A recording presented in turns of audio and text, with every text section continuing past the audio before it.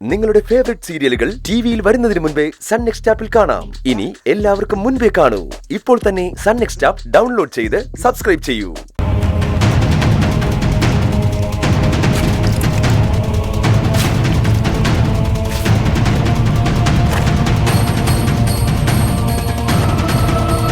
ചീരു, നീ എന്തായി കാണിക്കുന്നേ? ഇതൊന്നും ചെയ്യാൻ ഇവിടെ വേറെ ആരുമില്ലേ? എന്റെ ചിരു, ഞാൻ പറയുന്ന ഒന്ന് കേക്ക്. നീ ഇപ്പൊ ഇത്തരം ജോലികളൊന്നും ചെയ്യാൻ പാടില്ല. നമ്മുടെ കുഞ്ഞിനാ അതിന്റെ ദോഷം. നിങ്ങളോട് ഞാൻ പറഞ്ഞിട്ടില്ലേ കൂടെ കൂടെ ഇങ്ങോട്ട് കയറി വന്ന് എന്നെ ശല്യം ചെയ്യരുതെന്ന്? ഇതെന്തൊരു കഷ്ടം ഇത്. എന്താ വിനയ, രാവിലെ തന്നെ നിനക്ക് എന്താ ഇവിടെ കാര്യം? ഞാൻ വന്നത് അച്ഛനെ കണ്ടൊരു കാര്യം പറയാനാ. പക്ഷെ ഇപ്പൊ എനിക്ക് പറയാനുള്ളത് നിങ്ങൾ ചീരുവിനെ കഷ്ടപ്പെടുന്നതിനെ കുറിച്ചാ. 9 മാസം ഗർഭിണിയായ ചീരുവിനെ കൊണ്ട് നിങ്ങളുടെ ഭർത്താവിന്റെ വിഴുപ്പലക്കിക്കാൻ നാണമില്ലേ അമ്പിളി ചേച്ചി? ദേവനയ, നീ കാര്യം അറിയാതെ ഓരോന്ന് വിളിച്ച് പറയരുത്. ഇവിടെ തുണി കഴുകുന്നത് വാഷിംഗ് മെഷീനില്ല. ഭാനുവും അത് ചെയ്യുന്നതിനിടയിൽ ചീരു അത് അവളുടെ സ്വന്തം ഇഷ്ടപ്രകാരം വിരിക്കാൻ കൊണ്ടുവന്നതാ. ഇതൊക്കെ എന്തിനാ ഇയാളെ ബോധ്യപ്പെടുത്തുന്നത്? എന്റെ വീട്ടിൽ വെച്ച് ഞാൻ എനിക്ക് ഇഷ്ടമുള്ളതൊക്കെ ചെയ്യും. നിങ്ങൾ ആരാത് ചോദിക്കാൻ? ആദ്യം സ്വന്തം കാലിൽ നിൽക്കാൻ നോക്ക്, എന്നിട്ട് മറ്റുള്ളവരുടെ കാര്യം അന്വേഷിക്കും. മറ്റുള്ളവരോ? നീ എന്താ ചീരു ഇങ്ങനെയൊക്കെ പറയുന്നത്?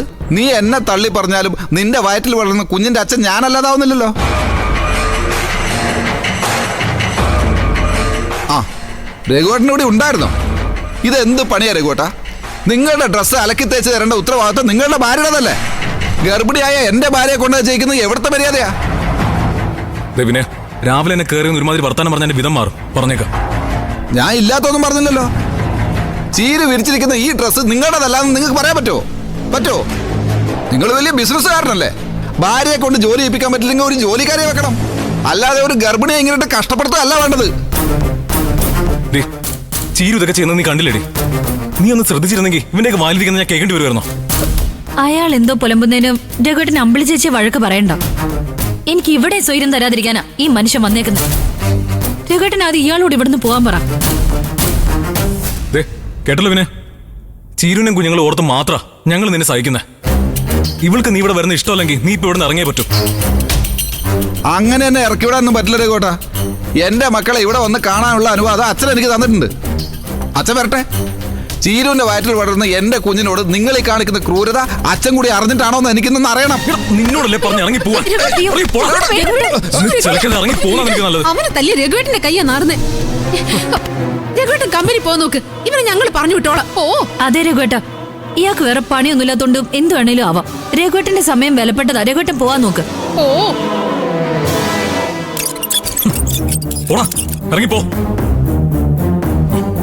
അതെ, ചീരുവിന്റെ പ്രസവത്തിലൊന്നും ഞാൻ ആരുടെ തലയെ കെട്ടിവെക്കില്ല.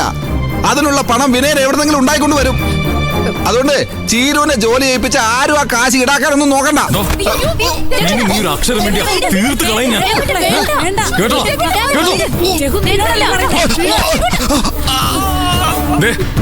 അവസാനമായിട്ട് പറയാ, മര്യാദയ്ക്ക് ഇറങ്ങിപ്പോക്കോ. ഇനി നിന്നെ ഇവിടെ ഞാൻ കണ്ട അതോടെ തീരുവല്ല. പറഞ്ഞിരുന്നു അല്ല വേണ്ട. ഇവൻ ഇപ്പൊ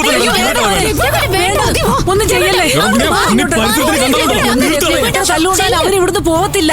ഓരോരോ കാര്യങ്ങൾ പറഞ്ഞ് അവൻ ഇവിടെ തന്നെ അവനോട് മര്യാദയ്ക്ക് ഇറങ്ങി പോകാൻ പറഞ്ഞു. അതെ രഘുവേട്ട, അട്ടേ പോലെ ഇവിടെ ഒട്ടി നിൽക്കണം. അതിനുള്ള അടവ് പ്രശ്നം വഷളാവത്തേ ഉള്ളൂ. കാര്യം ഞങ്ങൾ നോക്കിക്കോളാം. നീ രഘുവേട്ട.